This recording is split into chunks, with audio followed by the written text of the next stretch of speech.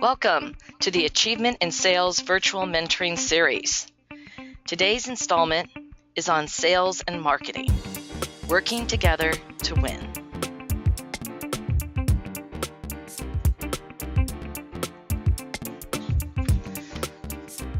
So today we've got myself and our co-founder Tina Olson. Hello. And along with our guest Liz Jones. Hello. Hi, Liz. And Liz's background spans a 30-year career in high-tech marketing communications, from startups to Fortune 500 global enterprises. She has marketing experience in the business-to-business, B2B realm, enterprise, and consumer marketplace. Throughout her career, she has worked lockstep with the sales team. So, Liz, would you like to get us started? Sure. Thank you. I'm delighted to be here today. So I just wanted to share with you the enormous benefits of working collaboratively with your marketing department. And I want to just take a quick overview of what we will discuss today. You know, why the need to work together, additional benefits of close ties, our common goals, a brief list of projects suited for collaboration, the stages of the sales process and improving it, and potential risks to be aware of, and ideas on how to make the collaboration happen. And Lynn and Tina, feel free to ask questions or share your experiences from the sales perspective at any time. So let's go to the next slide. So why is there a need for sales and marketing to work together? There are numerous studies with findings that confirm the level of collaboration directly inputs the outcomes of projects. When a team or department is collaborating smoothly, openly sharing information, and able to communicate seamlessly, they are able to work at their most effective level. And I've experienced firsthand the improvements in strategy, planning, sales tools, process improvement, and campaign rollout when marketing and sales work together. And working together improves the quality of your work and the attainment of corporate goals, which include, to beat the competition and achieve a competitive advantage. And it takes many pairs of eyes and ears to catch the marketing and sales activities of competitors, respond to marketplace trends and innovation, and to understand how this affects customer expectations, the sales cycle, and the customer conversation. Understand customers' changing wants and needs. Marketing and sales gather information from different sources, and there's a need to exchange and update one another. Increase revenues, market share, and or shareholder value. Decrease the length of the sales cycle, or the time it takes for a customer to buy. Get more return on your marketing investment and your sales investment as well. And as mentioned above, working together can increase your overall effectiveness. Tina, do you have a story you'd like to share? I do, Les. I think it's so important for sales and marketing to be in step with each other. Marketing is, as I see it, is a storyteller of the corporation, and is able to piece together the various messaging that needs to take place that sales can then turn and personalize for their clients, right? And to be able to tell that story and switch it for whichever client that we may be or prospect that we're working with. And I do have a story here. At one point in my career, I was in the field of data. We had a lot of consumer data, and it was we could slice and dice this anyway with the age and incomes and psychographic and that sort of information. And in the field of retail, what I was finding in the marketplace with my clients was a need to develop some better traffic building programs, how to better get people and qualified people into the stores. And I worked very, very closely with marketing to find out what our competition was doing. And there really wasn't anything like what I was envisioning. And it wasn't anything similar out there in the marketplace. So working with marketing, we found a way to create a program that utilized data and utilized, I think what you now call it proximity marketing, where it was based upon where these where the data was located, where the households were located in relationship to the store. And we built this robust program that no one had in the marketplace. I never could have done it without marketing. And marketing was able to communicate internally to bring in the right resources. And we created this incredible traffic building program that to this day is one of the best that was ever in the marketplace.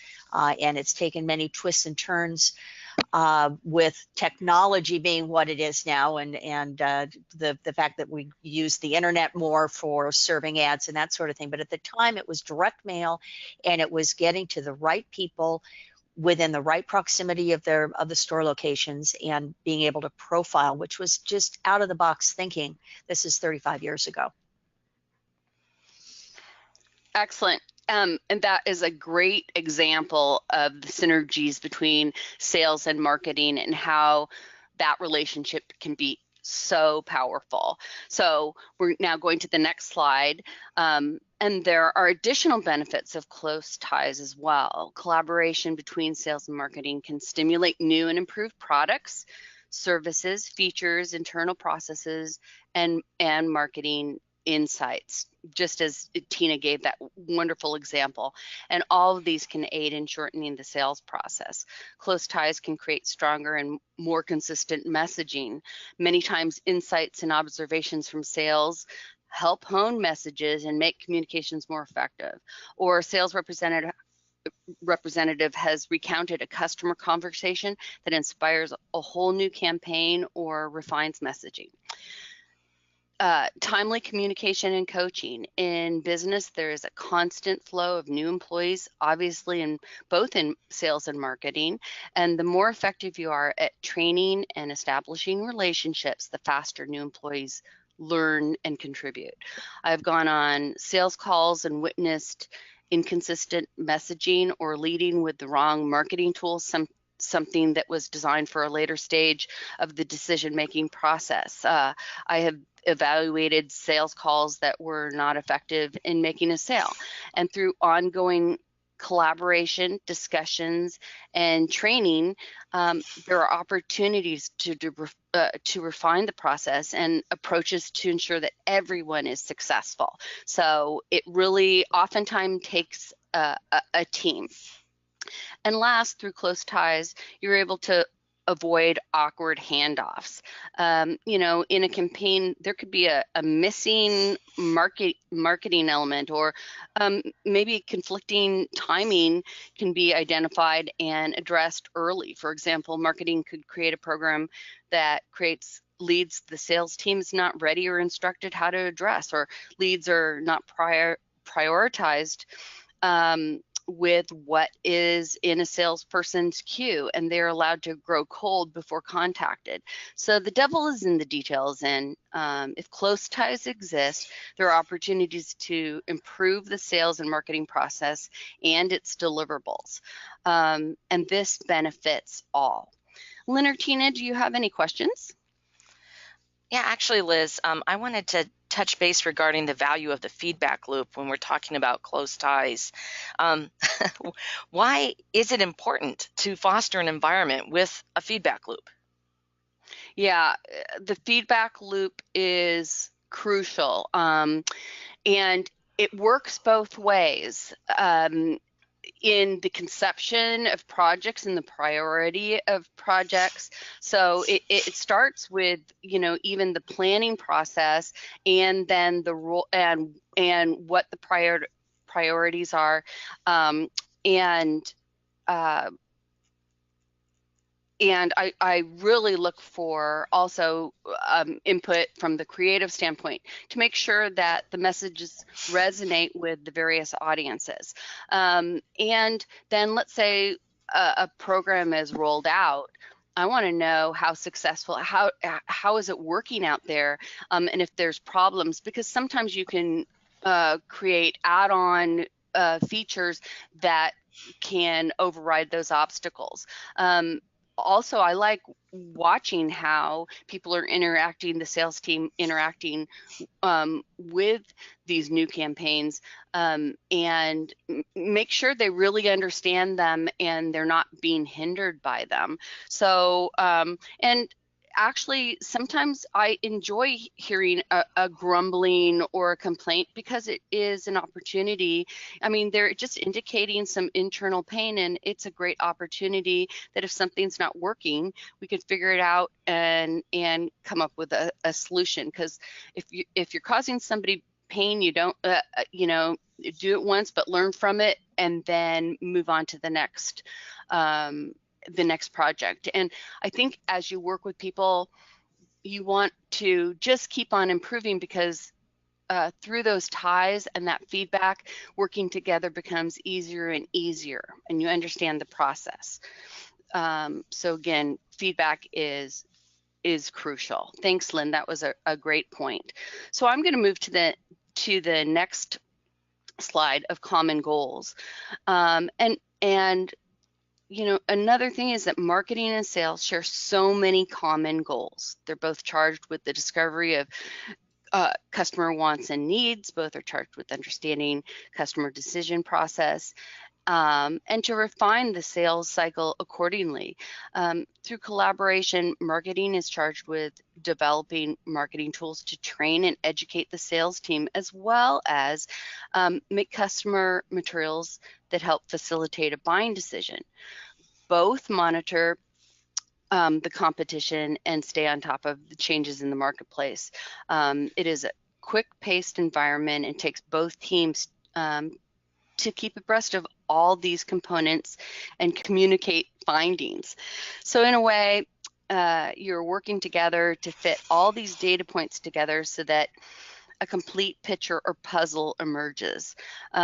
And marketing is not successful if sales is not meeting its goals. Lynn, do you have a story to share? Yeah, I do. Thank you, Liz. When I was working with a large corporate client on a specific program in a specific department, it was simultaneously our marketing department was researching other departments, silos within organizations that would most likely purchase our service, our programs, and they presented these in additional internal silos during one of our joint meetings. And I immediately recognized that this particular client had several of these silos, and I initiated a dialogue with these different segments within the organization. And marketing had created refined materials that were specific to that silo.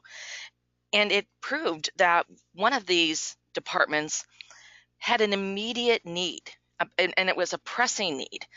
This was a goal and an objective for them. And I was able to close the sale much quicker with the other department.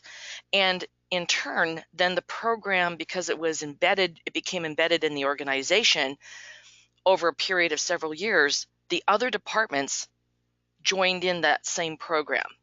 And I couldn't have done it without working with, that feedback loop, without the common goals, without marketing doing their work and their marketing research, because it opened my eyes and sort of shifted my paradigm to talk to a different group within the organization.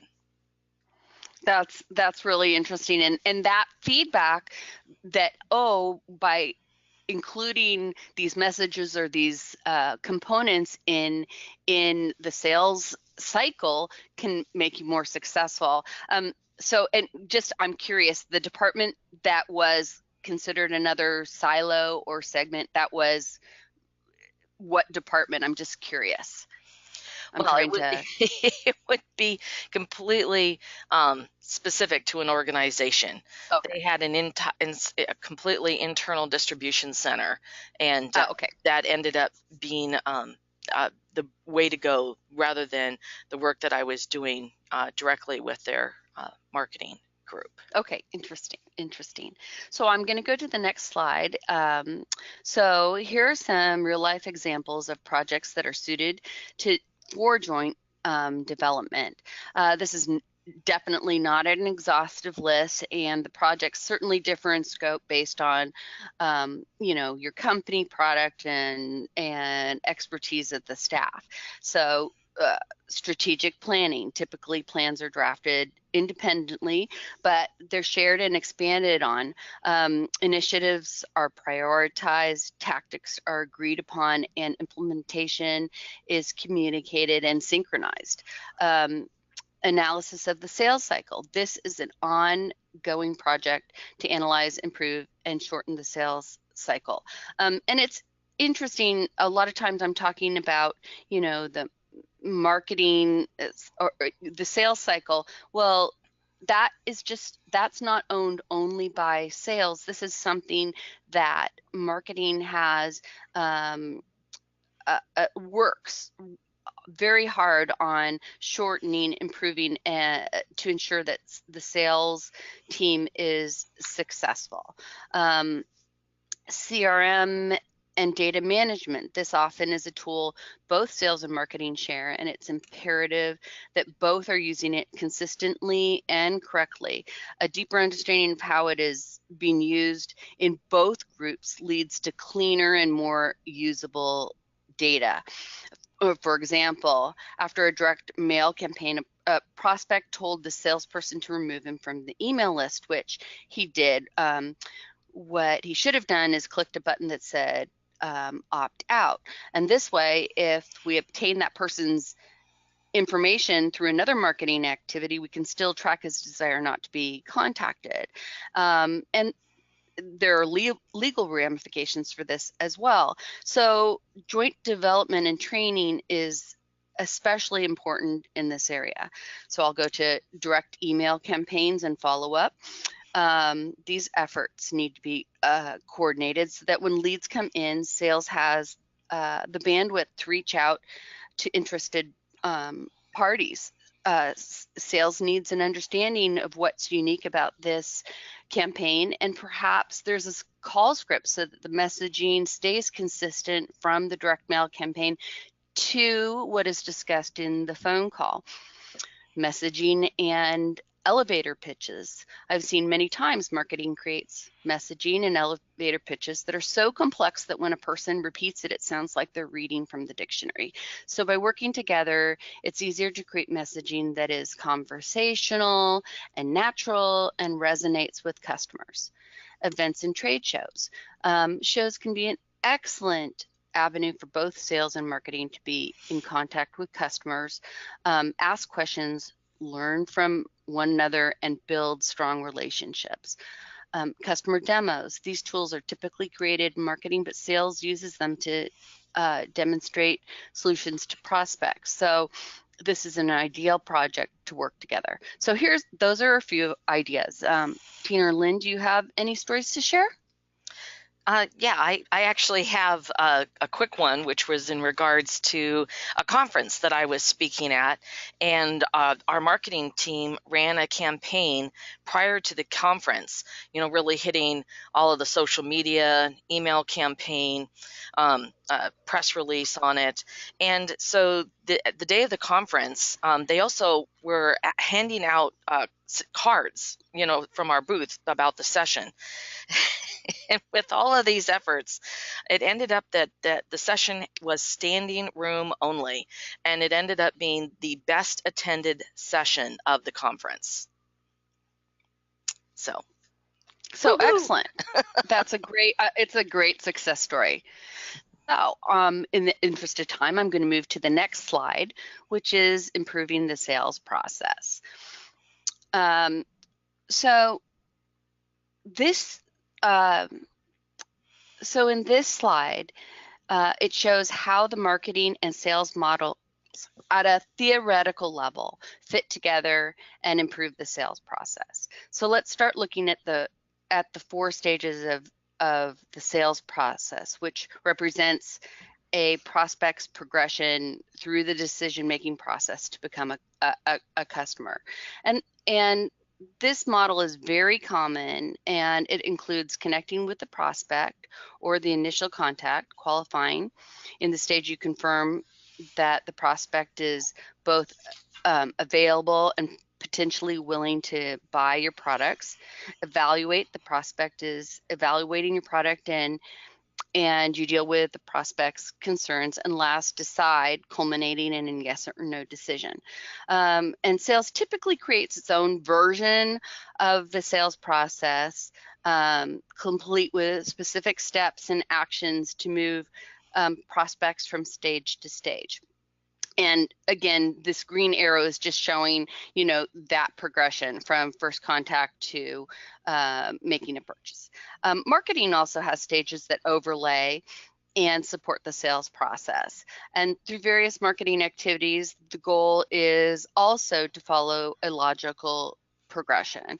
And you can see that there's similarities in both these stages. And this model typically has 6 buyer readiness stages of awareness, knowledge, liking, preference, conviction, and last, purchase. Ka-ching. So with sales, the aim of this marketing tools is the same: to encourage prospects to progress through these stages. And this is really just a tool. Different companies can make it their own. Some companies have more stages, and in fact, some companies are smaller where marketing and sales functions, they're responsible for some of the things on the marketing side or vice versa.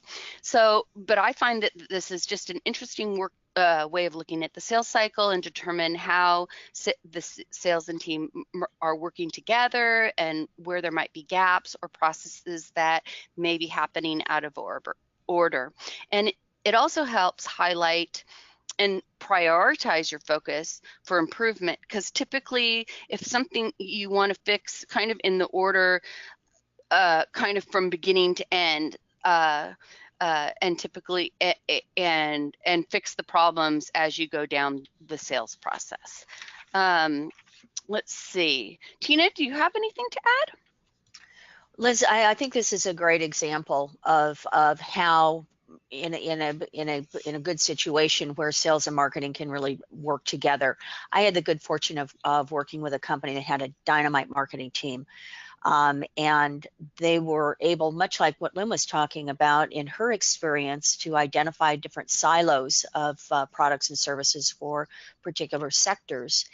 And marketing actually took it a step further, and they were doing the outbound solicitations. They were sending emails. They were sending using LinkedIn for prospecting, and helping the sales process in pre-qualifying, and then sales, from a sales perspective, going back to marketing with the type of feedback that sales was getting to kind of fine tune what that message was. And it was a joint effort that became very successful, and short-circuited what would have been a much longer sales cycle.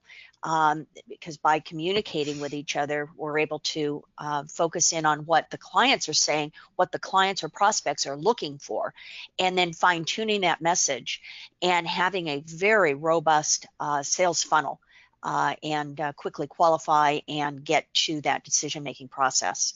And it's a great example of how sales and marketing should be able to work hand in hand.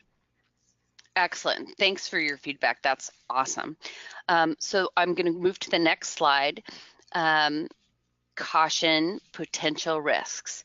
Now, I like to be positive, but in the spirit of mentoring, now, although there are many reasons why working collaboratively with marketing is beneficial. I think it's fair to identify some of the risks, and these joint efforts take time, commitment, and the building of trust to ultimately succeed. So beware of some of the pitfalls. Outcomes need to be worth the time invested. Again, only one department, if one department sees benefit from the project, it can slip in priority.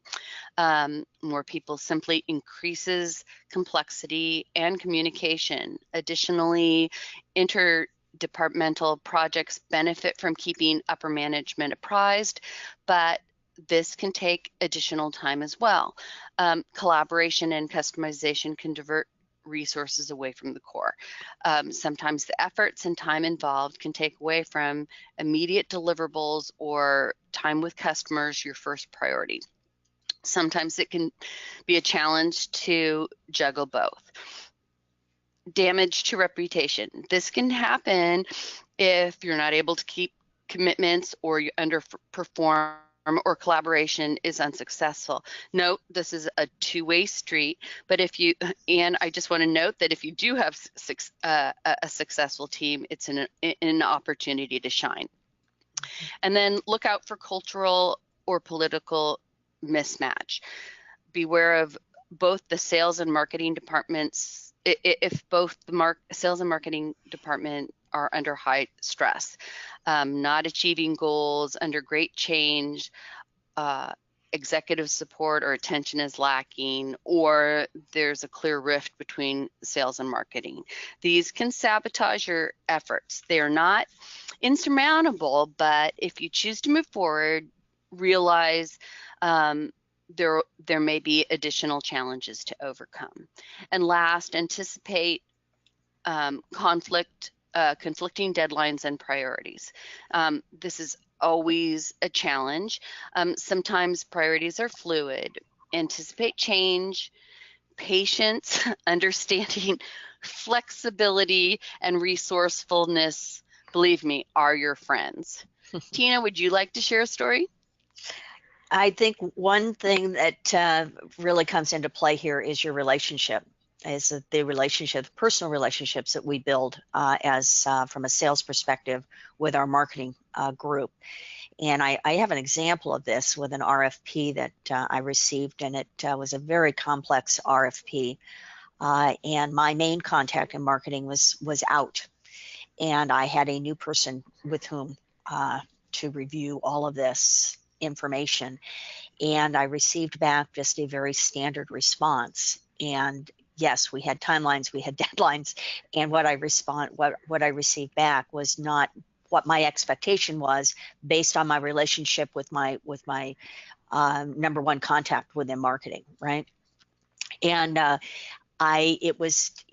it's really was difficult to be able to explain why what had been provided wasn't working or wasn't going to work for this art, because it was not personalized.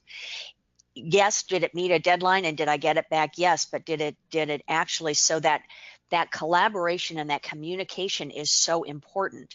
Once my typical marketing contact was back, it was very easy to get it into a document that could be sent, that could be used. We were just right dead on with our timeline. And it was fortunate that they came back. But that's where I think a lot of times that communication and getting to know more people in the department within marketing and make sure that everyone's on the same page, because one size does not always fit all. And there takes some listening on both sides. Absolutely. And you realize that you're in different departments, and your training and background are different, and sometimes you communicate using words that you think are meaning the same thing, or your expectations are this, and because you're coming from different departments, there may be miscommunications, and so developing that relationship and that language and expectations is really critical. I agree with you. Good point. Yeah, good point. So the next slide. So how do you make it happen? That's the important part.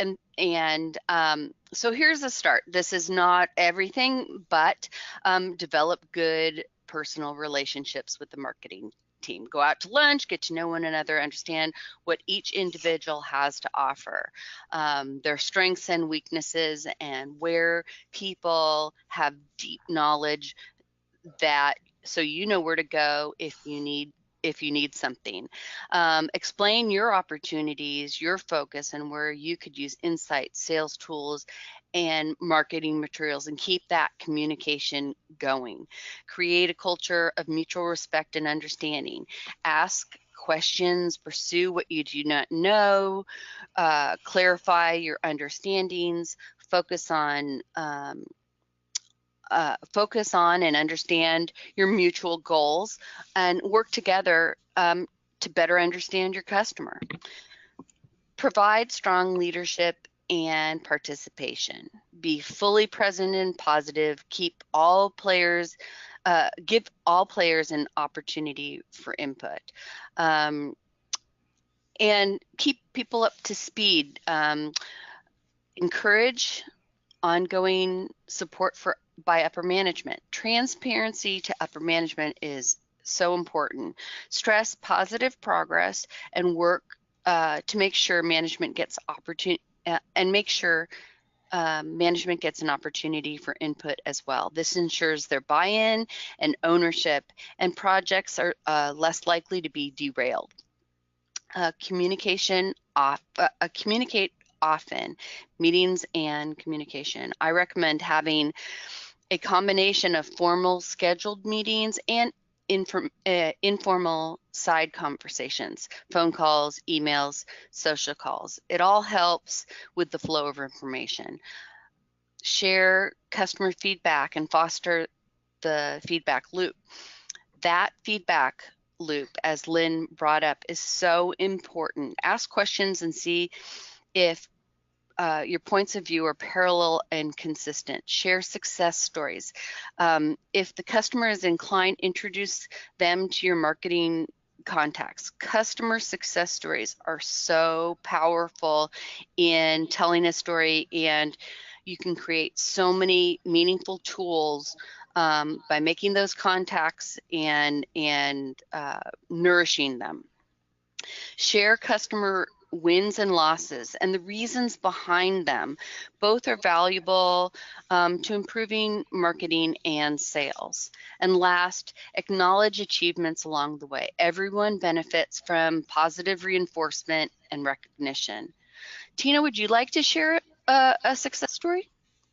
I think that we go back to the communication, right? Everything's about being able to communicate with each other, collaborate, and to be able to pivot in the event that's necessary. I think that when we have in larger companies where we have these big team meetings, and marketing comes in and is able to present some new trends that they're finding or some new ideas, and then we take that back and we take it back out into our sales process, and we're talking with clients and prospects, and that feedback, you're absolutely right, that feedback that is so important, and to be able to tweak the offering, to be able to personalize it. And I had an opportunity with a pharmaceutical firm for just that. There was some trends going on in the pharmaceutical world, and we thought that we had a couple of good products that might be able to be fine-tuned for them.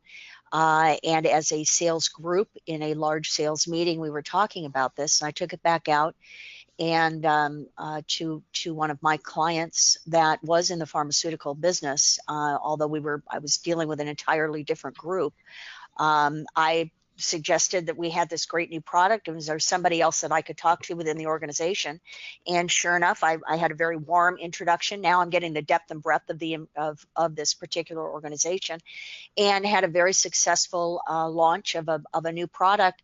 Not only did I extend my relationship with that client, but our company had an opportunity to run a pilot program, and marketing was able to be there every step of the way to monitor and to make sure of its success. So again, I think it's about the trust and the collaboration. And I like what you said too, Liz, about making sure that upper management is aware of what you're doing. They don't like rogue things going on, and we make sure that everybody buys into it, because it's a lot of time, and it's a lot of time and effort in order to make this happen and make it cohesive. But when it works, it's a win-win. Yeah, and you brought up a good point about the executive team, because they're talking with one another.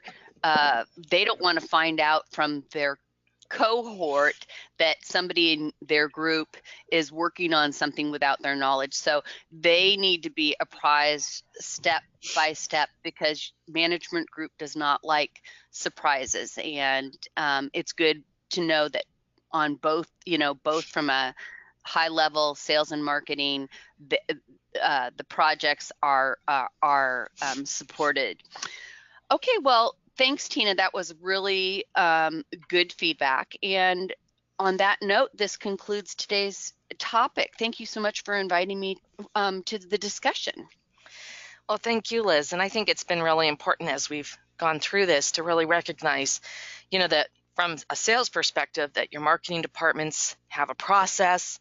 It's important to respect their methodology and, really work with them to demonstrate that you have genuine interest and curiosity about how they're doing what they do to help you, and so that you're able to connect and achieve your objectives. So that was wonderful. We so appreciate your help here today, Liz, and thank you so much. My pleasure. Yes, and thank you to all our members and guests who joined us for this installment of the Achievement in Sales Virtual Mentoring Series, and for being part of the dialogue here at Petite to Queen. If you have a question or would like to suggest a topic for discussion, please email us at jointheconversation@petitetoqueen.com.